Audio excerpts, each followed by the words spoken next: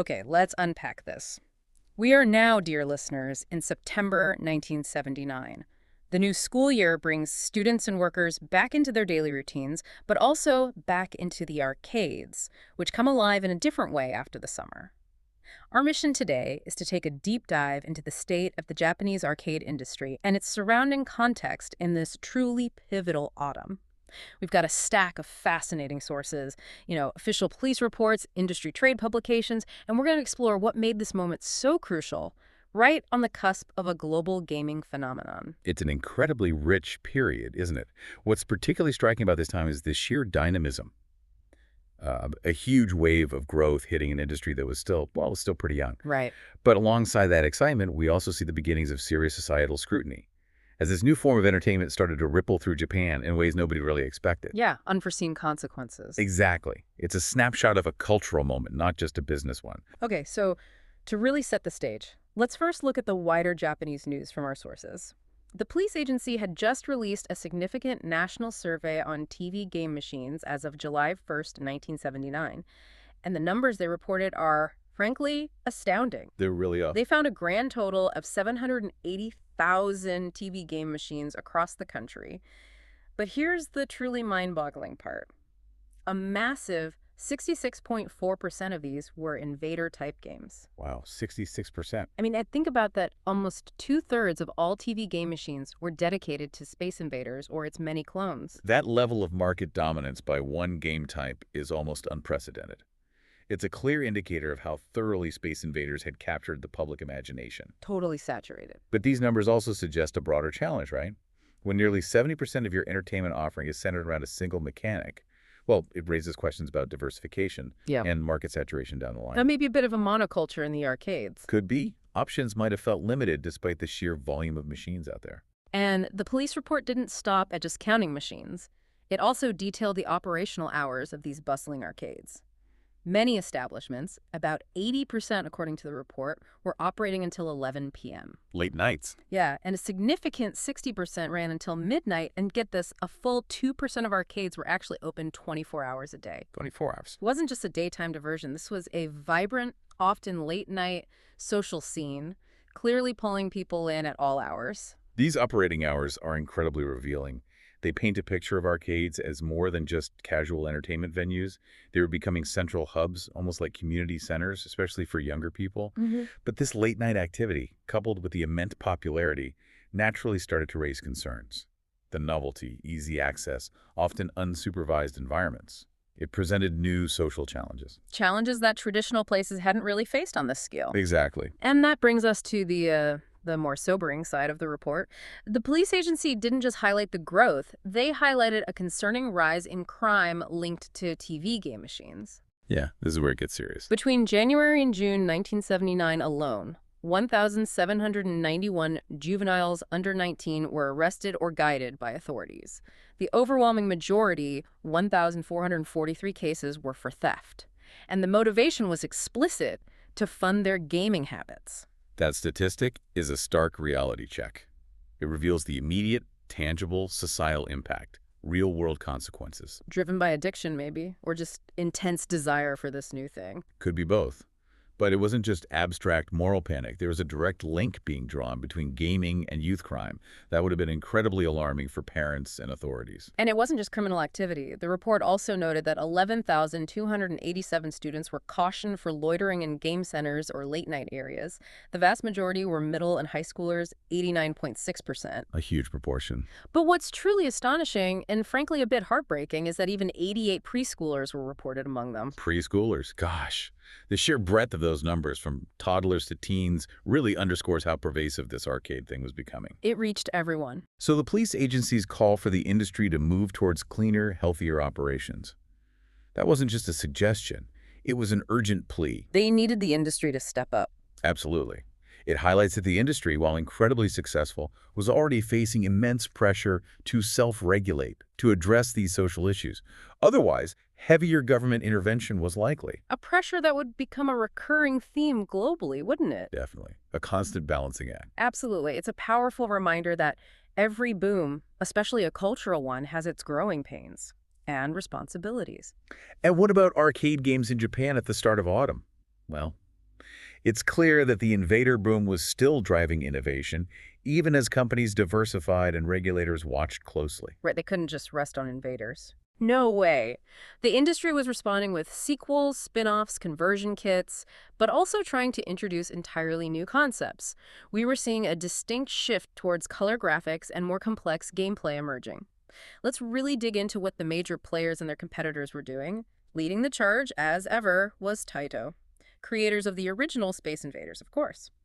In September '79, they were pushing forward with Space Invaders Part 2. The inevitable sequel. But it wasn't just a rehash. It introduced intriguing new elements like mystery point UFOs and invaders that could drop randomly, added a fresh layer of challenge. What's really insightful about Taito here isn't just the sequel, which you'd expect, but their internal idea group. Ah, yes, tell us about that. This wasn't just random creativity, it was a formal structure for developing original game concepts.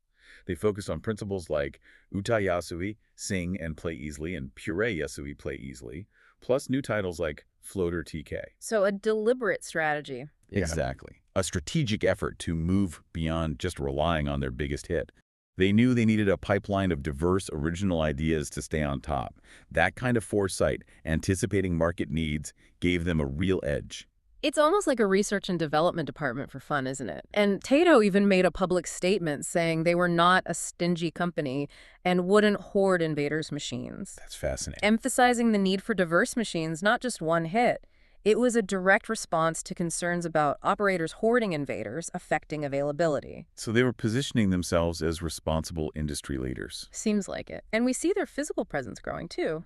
Joyland Yokohama, a vibrant arcade, 90 Subo. That's roughly, 3,200 square feet? Big space. Yeah, 120 machines, plus Game Space Jumbo, 60 Tsubo, 80 machines, mostly TV games. Their statement about not hoarding is telling. It shows they were navigating that competitive and regulatory landscape, trying to shape the narrative.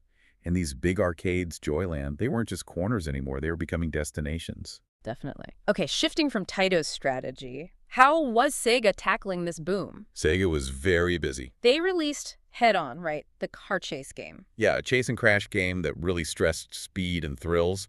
It broke the mold of the older, slower TV drive games. It's different feel entirely. And they also licensed and brought Starhawk to market. That was a 3D space TV game from Cinematronics. Big deal for its vector graphics. So a mix of their own stuff and licensed titles. Smart strategy. Head On carved out its own niche. Licensing Starhawk showed a keen eye for cutting-edge tech from abroad. Expanded their catalog quickly. Best of both worlds. Pretty much. Yeah. Offered familiar thrills and novel tech showcases. Positioned them strongly. And Sega's showstopper for autumn was undoubtedly Monaco GP. Ah yes, Monaco GP. A super racing game pushing realism for the time. It had tunnels, dangerous bridges, slip zones, various courses. And stereo sound, right? Stereo sound, yeah, and even a ranking system. Sega was active across the board, licensing, manufacturing, sales, a strong presence. You'd see their machines in those Yokohama arcades like Joyland and Game Center Kitty Hawk. Monaco GP is a prime example of how quickly the tech was advancing for immersion. Stereo sound, varied courses, rankings. Those weren't just gimmicks. Get people playing. Exactly. Yeah. Enhanced engagement, repeat play. Sega got that, creating a sense of progression, competition, kept players coming back. Attention to detail was key. Then we have Nintendo. They became famous for other things later, but in '79 they were a significant arcade player. Absolutely. For autumn, they launched Monkey Magic, Bombien, and SF His Splitter. But what's interesting is they also released Head On N, licensed directly from Sega. That specific instance, Nintendo licensing Head On from Sega, a direct competitor. It's quite telling, isn't it? Shows a different kind of industry back then. Maybe more flexible or just pragmatic. Popular game mechanics were valuable commodities, no matter who made them first. Why reinvent the wheel when you can license a proven hit? Especially in such a fast-moving market. Makes sense. Collaboration, even among rivals, fueling growth. Precisely. Namco wasn't far behind either. They showcased what they called a super machine lineup. Namco is definitely making moves. New titles like Bombi, a bumper explosion game. Perky one. Yeah, and its tabletop version, Table Bombi. Also, Yeah. football, an American football TV game, and Superman. Namco's diverse lineup, especially football, signals they knew the market was maturing beyond just shooters and racers. A sports sim was a deliberate attempt to broaden the appeal, maybe tap into new demographics. People not into aliens or cars. Exactly. Strategic genre exploration was crucial for carving out new niches. Universal was still active, pushing Galaxy Wars. It was about 8 months old then, focused on defending Earth from UFOs. Another space shooter variation. Yeah, but it had light missiles, and that dramatic 4-3-2-1 countdown added a real sense of urgency. Little touches that make a difference. And here's a fun anecdote from our sources. Universal even produced PT series desktop lighters as novelty items. Get out. Lighters. Yeah, resembling their TV game machines like Invaders and Mahjong game versions. That detail about the lighters is brilliant. Shows incredibly early recognition of the cultural impact, turning games into lifestyle products. Merchandising, way back then. Exactly. Hints at the future. Savvy understanding of brand promotion and player loyalty well before it became huge. Okay, moving on to Irem. They launched Captain Stuntman, an air chase game, but they were also developing PTHO and PTC.IV, basically Invader variants. More Invader clones. Variants, featuring something called capsule invaders and different course types for head-on modes. And here's where it gets really interesting for you game history buffs. Irem created these capsule invaders specifically for technicians. Oh, the techs. Why? It was a direct response to feedback from operators who found the regular invaders maybe unsatisfying or too simple after playing so much. So a more challenging version for the experts. That's fascinating. It suggests a two-tiered innovation process. General releases for everyone, and then these nuanced variants for the dedicated enthusiasts, the operators, the techs. Keeps them engaged. And probably extends the life of the machines, keeps the arcade environment fresh, speaks to a deep understanding of different player segments. We also saw other companies making shrewd moves. Chesto, for example, introduced Yosaku. Yosaku, the wood-chopping game. That's the one. Really unique. Full-filler screens, humorous character, simple gameplay lever to move, button to chop. It stood out. Definitely different. And Chesto also offered Super Invaders and Sega head-on docking machines, upgraded versions with color, sound, 6-digit scores. That docking strategy makes perfect sense.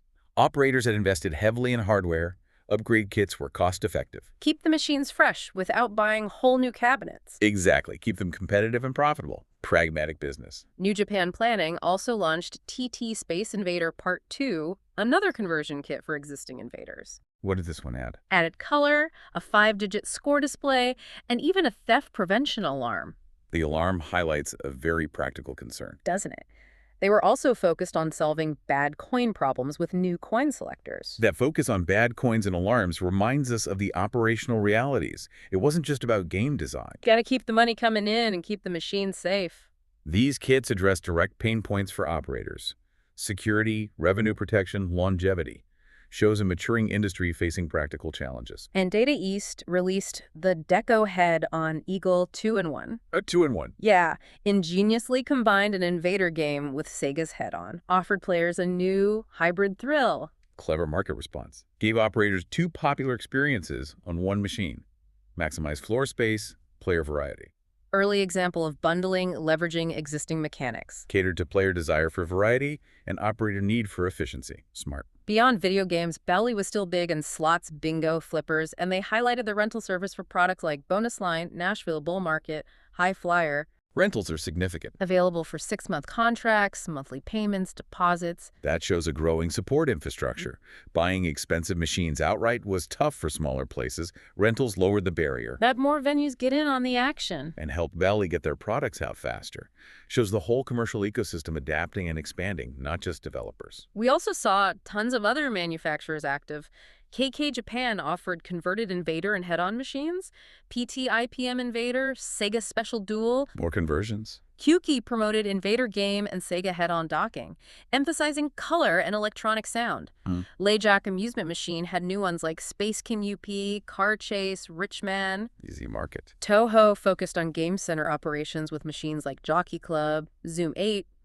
Mizuno Shokai operated game plazas, even amusement park attractions like haunted houses, coasters, embracing the boom. That incredible breadth of activity shows how interconnected the leisure industry was. Existing venues integrated these new technologies. Yeah. Holistic growth across the sector. And here's another fascinating anecdote underscoring the passion. The pinball marathon record. Oh, yeah. Broken by Sony Parteris on a Williams World Cup machine. He played for an astonishing 228 hours straight. Wow. On one coin. On one coin, scored over 540 million points. Williams, the manufacturer, actually honored him. That's fantastic. A testament to the dedication and skill these games fostered, not just casual play mastery, endurance. And Williams recognizing him shows they knew their dedicated player base. Celebrating achievements fueled enthusiasm. But on a more serious note, regulations were catching up. The Japan Amusement Association, the JAA, held an Electric Appliance Control Law Explanation meeting in August. Sounds important. It was crucial, signified the industry's urgent need to understand and comply with regulations, especially concerning Moguri invader machines. Moguri, the unlicensed ones again. Exactly. Unlicensed, non-compliant clowns that authorities were actively investigating. Metal games were also a big focus for new regulations. The JAA meeting is a critical data point.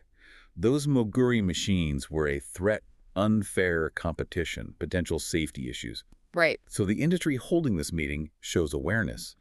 To be seen as legitimate, they needed to get their house in order, embrace self-regulation, ensure compliance, vital for long-term sustainability. Especially with all those social concerns we talked about earlier. Precisely.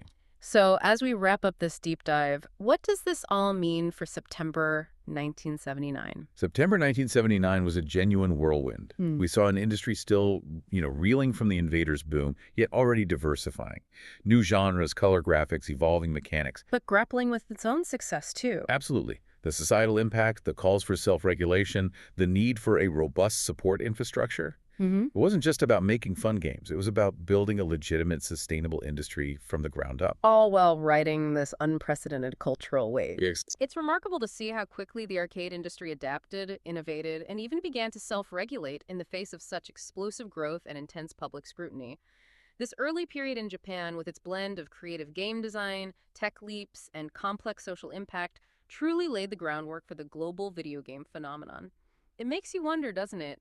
How much of that rapid innovation was just driven by the pressure to constantly outdo Space Invaders? And how many of those unlicensed invaders, those Moguri machines, ultimately contributed to the industry's future, despite all the regulations?